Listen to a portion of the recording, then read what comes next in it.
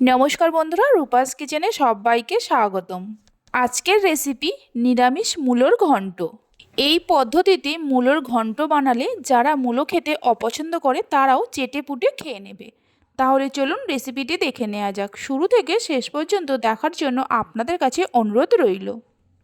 এখানে আমি একটা বড় সাইজের মূলো নিয়ে মূলোটাকে 4 টুকরো করে কেটে নিয়ে ভালো করে ধুয়ে নিয়েছি। এবার মূলোর খোসা ছাড়িয়ে নেব। আমি একটা পিলার দিয়ে খোসাগুলো ছাড়িয়ে নিচ্ছি। আপনারা চাইলে বঁটি দিয়েও করে নিতে পারেন, আপনাদের যেটা সুবিধা।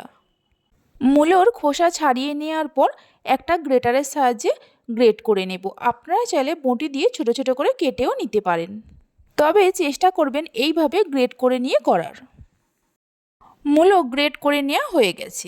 এবার মূলোর মধ্যে অল্প করে লবণ নিয়ে ভালো করে মূলোর মধ্যে মিশিয়ে নেব। লবণটা এইভাবে চটকে চটকে মেশাতে হবে। এইভাবে লবণ দিয়ে মূলোটাকে মেখে নিলে মূলোর যে একটা গন্ধ আছে সেটা অনেকটাই কম হয়। লবণ দিয়ে মূলোটা মেখে নেওয়ার পর মূলো থেকে এইভাবে চেপে চেপে ভালো করে জল ঝরিয়ে নিয়ে একটা পাত্রের মধ্যে তুলে রাখব। এইভাবে সমস্ত মূলো থেকে ভালো করে জল ঝরিয়ে নেব।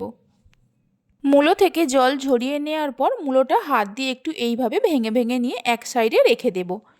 এরপর গ্যাসের ওপর একটা কড়া বসিয়ে তার মধ্যে দিয়ে দেব 3 টেবিল চামচ সাদা তেল।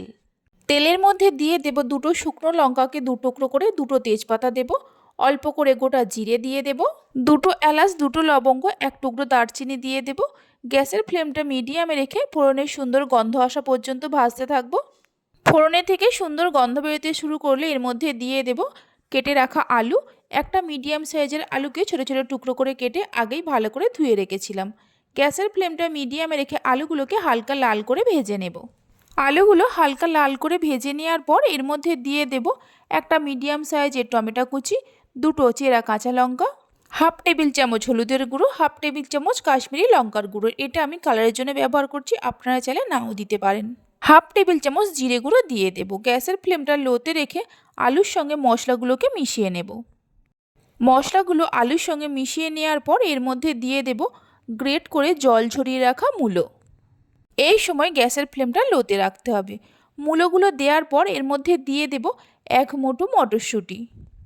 এবার সব কিছুকে ভালো করে মিশিয়ে নেব মিনিট 2-3 সময় ধরে গ্যাসের ফ্লেমটা মিডিয়ামে রেখে। সব কিছুকে ভালো করে মিশিয়ে নেওয়ার পর এর মধ্যে স্বাদ মতো লবণ দিয়ে দেব। লবণটা একটু বুঝে দিতে হবে, কারণ প্রথমেই মূলোর মধ্যে লবণ মাখিয়ে মূলো থেকে ভালো করে জল ঝরিয়ে নিয়েছি।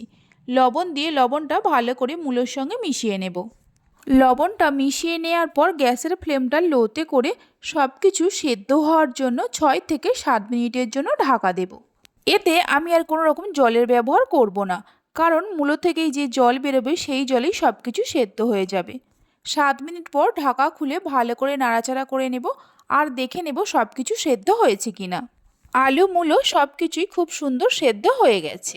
মূলো থেকে জল বের করে নেওয়ার পরেও মূলোর মধ্যে যে জলটা থাকবে সেই জলেই পুরো রান্নাটা হয়ে যাবে। খুন্তি বা হাতা দিয়ে এইভাবে একটু চেপে চেপে দেব। এবার এর মধ্যে দিয়ে দেব 1 চামচ খেজুরের গুড়। খেজুরের গুড়ের পরিবর্তে আপনারা বাতাসা বা চিনির ব্যবহারও করতে পারেন। দিয়ে দেব 1 চামচের 3 ভাগের 1 ভাগ ভাজা মশলা। গোটা জিরে, ধনে, এলাচ, মৌরি, শুকনো লঙ্কা, দারচিনিকে শুকনো খোলায় ভেজে আগেই গুঁড়ো করে রেখেছিলাম। 1 চামচ ঘি দিয়ে দেব। এবার সব কিছুকে ভালো করে মিশিয়ে নেব। সব কিছুকে মিশিয়ে নেওয়ার পর গ্যাসের ফ্লেমটা বন্ধ করে দেব। গ্যাসের ফ্লেমটা বন্ধ করে দিয়ে ঢাকা দিয়ে 5 মিনিট রেখে দেব। 5 মিনিট পর ঢাকা খুলে দেখাচ্ছি, দেখুন মূলোর ঘন্ট একদম আমাদের তৈরি। এই মূলোর ঘন্ট আপনারা রুটি, পরোটা, ভাত যে কোনো কিছুর সঙ্গে খেতে পারেন, খেতে দুর্দান্ত লাগে। এইভাবে একবার বাড়িতে বানিয়ে দেখতে পারেন।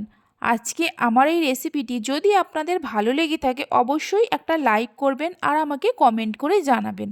ভালো লাগলে চ্যানেলটি সাবস্ক্রাইব করে পাশে থাকা বেল আইকনটি প্রেস করবেন।